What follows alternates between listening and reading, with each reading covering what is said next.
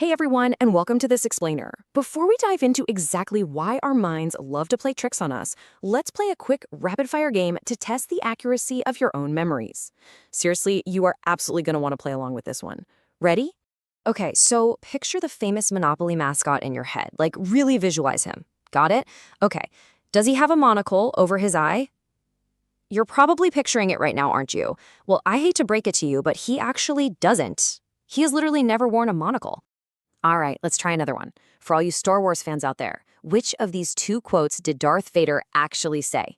Pretty much everyone in pop culture quotes it as, "Luke, I am your father." But if you actually go back and watch the original tape, the reality is, he says, "No, I am your father." Crazy, right? Let's move on to a beloved childhood classic. Most of us clearly, vividly remember reading The Berenstain Bears, spelled with an E at the end.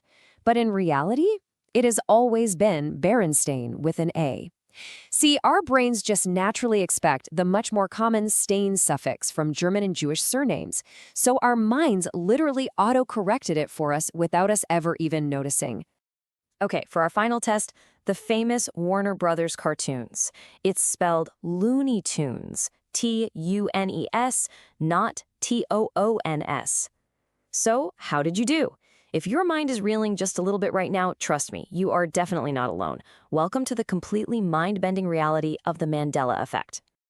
I mean, did you think Pikachu had a black tip on his tail? Because he doesn't. And this perfectly captures the sort of collective glitch we're looking at today. Like, why do millions of people from completely different backgrounds share the exact same false memories? It's time to pivot away from the pop culture trivia and dive right into the genuinely fascinating psychology behind all of this. So what we're experiencing here is the Mandela effect. It's a social phenomenon where a massive group of people incorrectly remember very specific details about an event or a thing, as if it were absolute reality.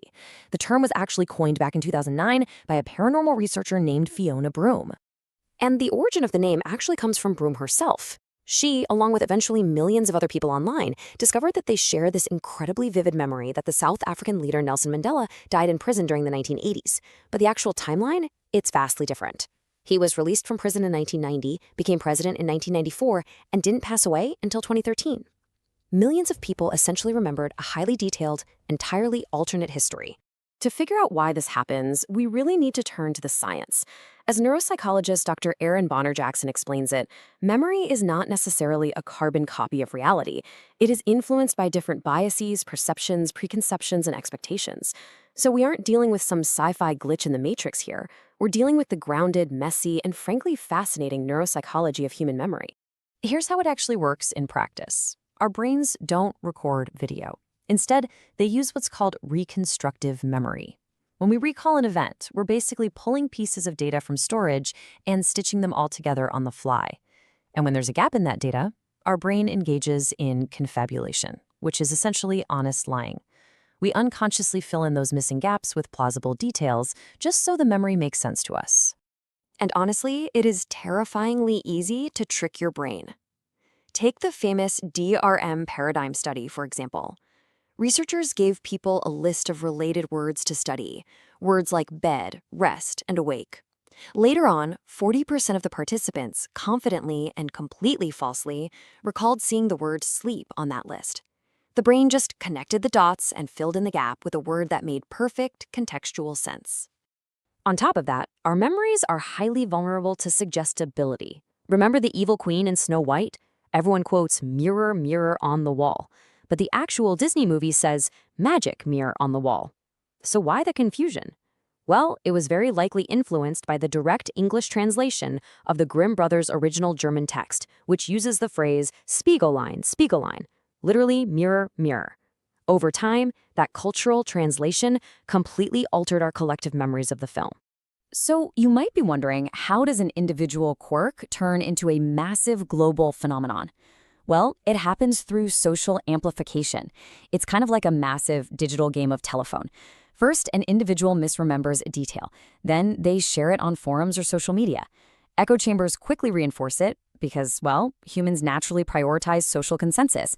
And finally, a collective false memory solidifies. The internet basically takes one person's confabulation and turns it into a shared illusion. The sheer consistency of this is just staggering. In a really fascinating study on the visual Mandela effect by researchers Prasad and Bainbridge, they showed participants 40 pop culture images, mixing real versions with falsely manipulated ones. Out of all 40, participants consistently chose the exact same 7 falsely manipulated images over the real ones, with sky-high confidence. We don't just misremember things. Our brains predictably misremember in the exact same ways. Which brings us to the absolute ultimate case study. Do you remember the 1990s Sinbad Genie movie? Millions of people swear up and down that they watched a movie called Shazam, starring the comedian Sinbad on VHS when they were kids. I mean, do you remember it? The really astonishing part here is the level of detail people will give you. On Reddit forums, users recount incredibly specific plot points. A brother and sister, a widowed mother, finding a magic lamp in an old coffer, and Sinbad wearing a purple and gold genie outfit. It's incredibly vivid. But here is the jaw-dropping truth. This movie literally never existed. Not a single frame of it was ever filmed. So what is actually happening in our brains to cause this? People are simply conflating their memories. Let's break it down.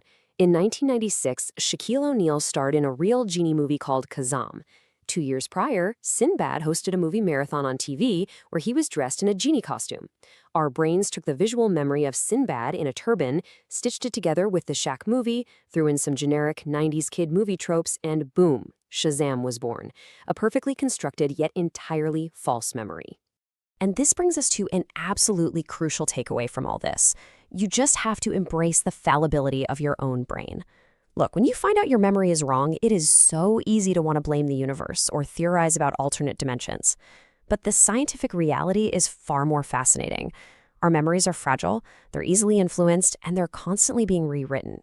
It's an incredibly powerful reminder to practice critical thinking and always verify the things you think you know for an absolute fact.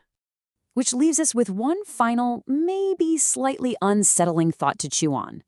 If millions of people can clearly remember a movie that literally never existed, and if our memories can be rewritten this easily by the culture and the people around us, what else are you misremembering right now? Thank you so much for joining me on this explainer. I hope it blew your mind just a little bit, and I will see you next time.